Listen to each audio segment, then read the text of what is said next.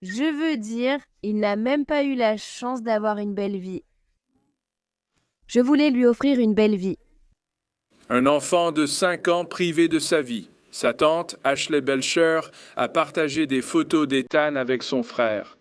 Des instantanés de moments plus heureux qui ne sont plus que des souvenirs.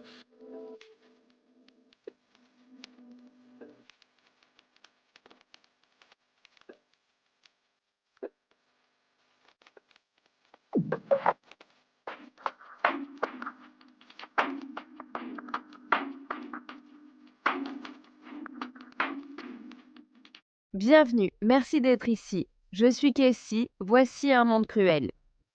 Aujourd'hui, je vais vous raconter l'histoire d'un petit garçon traité comme un déchet, dérangeant tout le monde.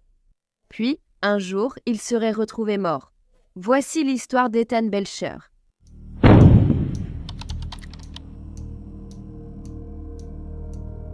Ethan Nathaniel Ray Belcher est né le 21 juillet 2017 à Détroit, dans le Michigan, de sa mère Valerie Hamilton et de son père Jonathan Belcher. Ethan était décrit comme un enfant doux, joyeux, aimant les pyjamasques, le parc et jouer avec ses frères. Les parents d'Ethan, Valérie et Jonathan se sont séparés peu après sa naissance. Sa mère a ensuite fréquenté Shane Shelton. Puis, le 22 janvier 2023, peu après 13 heures, les ambulanciers sont intervenus après le signalement d'un enfant inconscient dans une maison de la rue Spring Garden à Détroit. À leur arrivée, ils ont trouvé Ethan, 5 ans, inconscient et blessé sur tout le corps, malgré un transfert d'urgence à l'hôpital voisin. Au final, le petit Ethan a été déclaré mort. Le corps du garçon montrait plus de 100 brûlures de cigarettes et des abrasions en boucle, signe de coups portés avec un objet ressemblant à un cordon. Il avait une côte fracturée, une hanche déboîtée, une coupure entre les orteils et des plaies aux fesses et extrémités. Des marques de ligature aux poignets et chevilles, des coupures, ecchymoses, un genou enflé et un orteil noirci, nécrosé.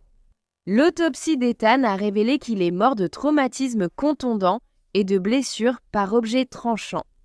Il avait également des complications dues à une septicémie et à une pneumonie. L'un des frères d'Ethan, âgé de 3 ans, a été retrouvé avec les orteils gelés. Lui et son autre frère ont été retirés du domicile. La vérité a été découverte. Valérie et son petit ami Shane maltraitaient souvent Ethan et ses frères. Le frère cadet d'Ethan affirme qu'ils ont été frappés avec une tapette à mouche, un tuyau et une ceinture. Ils avaient été beaucoup battus, presque tous les jours. Les enfants avaient été enfermés et forcés de dormir ensemble dans le sous-sol glacial et rempli d'eaux usées.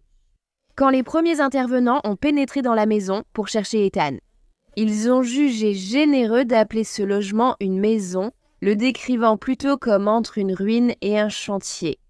Il y a plus de 12 ans, la maison, endommagée par le feu et l'eau, était restée vide jusqu'à ce que Shane l'achète et y installe sa famille. Et cela malgré le fait qu'il y avait des problèmes de plomberie, de chaudière et de chauffe-eau. Ethan, qui avait 5 ans, avait été forcé de dormir dans un placard non terminé au sous-sol de ce bâtiment. À l'intérieur, il n'y avait qu'une couverture, humide et sentant l'urine lorsque la police l'a trouvé. Après la mort d'Ethan, sa mère Valerie Hamilton et son compagnon Shane Shelton ont été arrêtés. Et ils ont été inculpés d'un chef de meurtre qualifié, de 2 chefs de CA au premier degré, d'un chef de torture et d'un chef de complot en vue de commettre des actes de torture. Les nombreuses blessures qu'Ethan et ses frères avaient sur le corps n'ont pas surpris les membres de la famille. Comme ils l'ont dit, ils avaient appelé les services de protection de l'enfance plus d'une douzaine de fois au cours de la courte vie d'Ethan.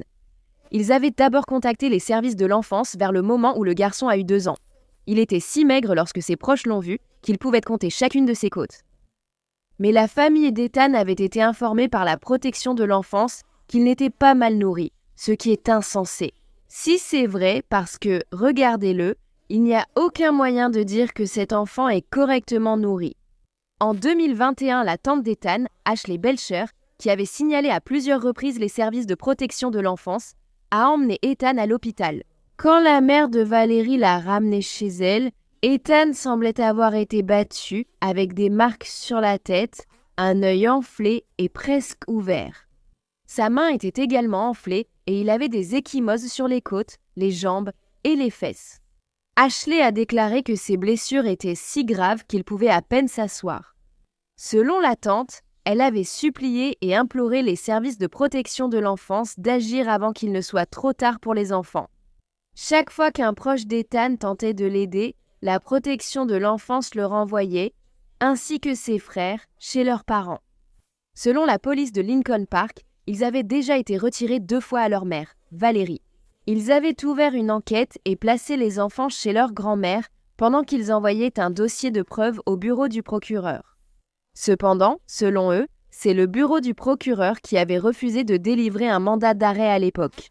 Ashley, la tante du garçon, voulait accueillir chez elle Ethan et son frère également maltraités. Mais les services de protection de l'enfance lui ont dit qu'ils voulaient garder les 2 enfants ensemble et qu'elle n'était pas biologiquement liée au plus jeune. Par conséquent, les garçons avaient été rendus à Valérie et Shane, qui à ce moment-là avaient quitté leur appartement de Lincoln Park pour s'installer dans la maison abandonnée où Ethan serait retrouvé mort plus tard. D'après un voisin, les voisins avaient même passé plusieurs appels aux autorités concernant la famille. Peu après leur arrivée, Shane a commencé à harceler elle et son fils autiste. Il utilisait aussi des outils électriques bruyants à toute heure de la nuit. Selon cette femme, elle avait appelé la police plus de 30 fois, mais les problèmes n'ont jamais été pris assez au sérieux, même après que Shane ait pointé une arme sur elle une fois. La voisine a déclaré qu'elle n'avait pas vu de maltraitance, mais entendu des choses troublantes, comme les pleurs nocturnes des enfants. Selon le département de police de Détroit, ils n'avaient jamais reçu un seul appel de cette voisine concernant des maltraitances, et ils avaient répondu de manière adéquate aux autres appels qu'elle leur avait passés. Le quartier était relativement calme jusqu'à ce que Shane Shelton et Valerie Hamilton emménagent à côté avec plusieurs de leurs enfants. Quand j'ai appelé la mairie après l'emménagement du compagnon, j'ai dit « Vous avez vendu cette maison ». Shelton a acheté la maison de la Detroit Land Bank et a emménagé. Jackson, dont la maison est à quelques mètres, dit Shelton, il utilisait des outils électriques bruyants à toute heure et a ensuite harcelé elle et son fils autiste Jesse. Chaque exploit, soit l'abeille, tu es sur le départ. J'aimerais que tu sois morte, meurs vieille B. Je crache sur ta pelouse. Une fois, dit-elle, Shelton a braqué une arme sur elle. J'ai immédiatement appelé le 911 dès que possible, car ni Jesse ni moi ne pouvions plus le supporter, dit-elle. Elle appelait la police sans cesse. Oh mon Dieu, bien plus de 30 fois, bien plus. Je leur ai parlé du harcèlement, je leur ai parlé du bruit incessant. Ce que je ne comprenais pas, c'est qu'on ait pointé une arme sur moi. Cela n'a pas été enquêté, aucune des plaintes que j'ai déposées n'a été examinée. La police a trouvé plusieurs messages, textes incriminants envoyés par Valérie, la mère d'Ethan, à son conjoint Shane.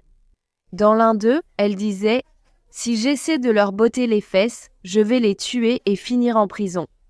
Elle a ajouté qu'elle ne peut pas utiliser d'eau froide, évoquant le fait d'en verser sur ses enfants comme punition. Elle a dit qu'elle ne pouvait pas parce que c'était l'hiver dehors, il neigeait et le sous-sol était glacial.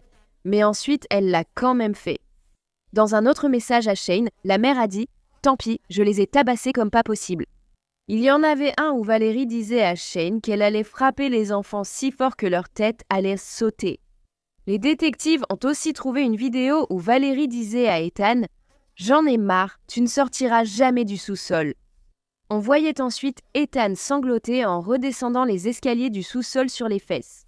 Ashley, la tante d'Ethan, qui a recueilli son frère Mason après sa mort, a déclaré que le garçon de 6 ans lui a raconté des choses horribles qui lui sont arrivées dans cette maison, des choses tellement atroces qu'elles lui donnent des cauchemars. Le garçon a dit que Shane lui avait ouvert la tête avec un tuyau en métal sans l'emmener à l'hôpital. Ashley a indiqué qu'on distingue toujours une cicatrice là où il affirme que c'est arrivé. Le garçon était très proche de son frère Ethan. Ils sont nés le même jour, à 1 an d'intervalle. D'après Ashley, il ne comprend toujours pas vraiment ce qui est arrivé à Ethan. Elle a montré la position et l'apparence du petit garçon à sa mort. Elle a peur qu'il fasse des cauchemars toute sa vie à cause des abus qu'il a subis, disait Ashley à propos de son neveu. Ethan était un petit garçon précieux qui ne méritait pas cette épreuve. C'était une vraie torture. Je savais presque que cela arriverait. C'est triste que je n'ai pas pu le sauver. Elle a poursuivi sur les services de protection de l'enfance, disant « S'ils avaient écouté, d'autres l'avaient aussi signalé. » Ils ont suivi quelques cours, ont récupéré leurs enfants et la maison est devenue un lieu de terreur. Il n'a même pas eu la chance de vivre heureux. Je voulais lui offrir une bonne vie. Après le meurtre d'Ethan, son frère cadet a été placé en famille d'accueil. C'était celui qui avait eu les orteils gelés lors de son sauvetage. Le garçon souffre toujours de douleurs nerveuses aux orteils et de crampes aux jambes. Il a aussi des cicatrices ancrées sur les jambes et le dos, et les autres enfants l'interrogent souvent à ce sujet. Le garçon appelle désormais Valérie et Shane le méchant homme et la fille méchante. Il ne comprend toujours pas pourquoi il ne peut plus parler à son frère Ethan. Le père d'accueil du garçon de 4 ans raconte qu'il a mis du temps à reconnaître son prénom car l'enfant pensait s'appeler « Petit garçon idiot ». Valérie et Shane seront jugés séparément en octobre 2024. Lors du procès de Valérie, ses enfants témoigneraient et l'un d'eux dirait qu'il ne l'appelle plus maman parce qu'elle a tué son frère. Au final, le jury déclarerait Valérie Hamilton, âgée de 29 ans, coupable des charges retenues contre elle, et Shane, également âgé de 29 ans, coupable des siennes. Ils ont été condamnés à perpétuité sans libération conditionnelle. Avant sa sentence, Valérie lirait une lettre écrite en prison où elle affirmait « Je ne suis pas une mauvaise personne. J'aime vraiment mes enfants et j'ai vraiment tout gâché en restant avec Shane. Il était violent envers moi et mes enfants. J'avais peur, je ne pouvais pas fuir. J'essayais de l'arrêter, il me frappait et se battait avec moi. » Elle a raconté s'être interposée entre ses fils et Shane, prenant les coups à leur place. Selon elle, Shane avait des antécédents à la protection de l'enfance, pas elle. Valérie a ajouté « Si je n'avais pas été avec Shane, rien de tout cela ne serait arrivé. Si je pouvais, je n'aurais jamais vécu avec lui. Je suis tombée amoureuse du diable et j'ai brûlé mes bébés avec moi. Je ne peux pas croire qu'elle pense que quelqu'un croira à ces absurdités, surtout après les messages et la vidéo sur son téléphone. » Le juge n'en a pas cru un mot non plus, et il a simplement critiqué Valérie pour ne pas assumer la responsabilité de ses propres actes. Ashley Belcher a lu une lettre de Mason, le frère d'Ethan dont elle a la garde, lors des déclarations des victimes. Dans la lettre, il se demandait si sa mère l'avait jamais aimé, puis il a conclu qu'elle ne l'aimait pas parce qu'elle n'avait toujours pensé qu'à elle-même. Le garçon a écrit « Si tu pensais à quelqu'un d'autre, tu ne pensais pas à nous. Tu ne te soucies probablement même pas qu'il soit mort parce que ça ne t'affecte en rien. » Mason semble maintenant aller bien chez sa tante Ashley. Une veillée aux chandelles a eu lieu pour Ethan Belcher après sa mort le 4 février 2023 c'était. Famille, amis et voisins se sont réunis devant le bâtiment délabré où il est mort pour rendre hommage à ce garçon autrefois doux. Samedi soir à Détroit, la famille et les proches d'Ethan Belcher ont pleuré, se sont soutenus et ont allumé des bougies en hommage à leurs proches disparus. Ce magnifique et grand sourire qu'il me faisait toujours quand je lui disais de sourire, que je prenais une photo de lui. Tu sais, il adorait les photos. Il aimait simplement être avec son frère et montrer leur bonheur ensemble. Des t-shirts arborant un grand sourire et le message « Justice pour Ethan Belcher ». Les tantes du garçon de 5 ans ont organisé la veillée sur Spring Garden Street, où Ethan Belcher a été retrouvé mort. Nous sommes ici pour nous souvenir du petit cochon qui a pris une place spéciale dans notre cœur, pour nous rappeler ces moments heureux où nous avons ri. Depuis la perte d'Ethan, ces femmes sont devenues des piliers, le pleurant et luttant pour honorer sa mémoire. C'était juste un petit garçon de 5 ans qui voulait vivre sa vie, et elle lui a été enlevée bien trop tôt par ses parents. C'est ça qui fait si mal. Après de longues démarches pour la restitution du corps, les funérailles d'Ethan ont eu lieu le 15 février 2023 à la maison funéraire Molnar à Southgate, Michigan, son père biologique n'ayant pas assumé ses responsabilités après sa mort. Sa famille a diffusé ses services privés en direct pour les autres. Qui pensait à Ethan ? Nous faisons notre deuil, mais sommes en colère que cela prenne autant de temps. Ashley confie à Local qu'il a fallu du temps pour convaincre Valérie Hamilton, la mère d'Ethan, de signer les papiers pour sa libération de la morgue. Elle n'obtient toujours pas d'aide de son frère. Elle a organisé une veillée aux chandelles pour Ethan samedi soir dans la maison où il est mort. Ainsi, les membres de la famille venus de l'extérieur, qui avaient passé une semaine à attendre les funérailles, ont pu rendre un dernier hommage. On pourrait croire qu'il voudrait que ce bébé repose enfin en paix.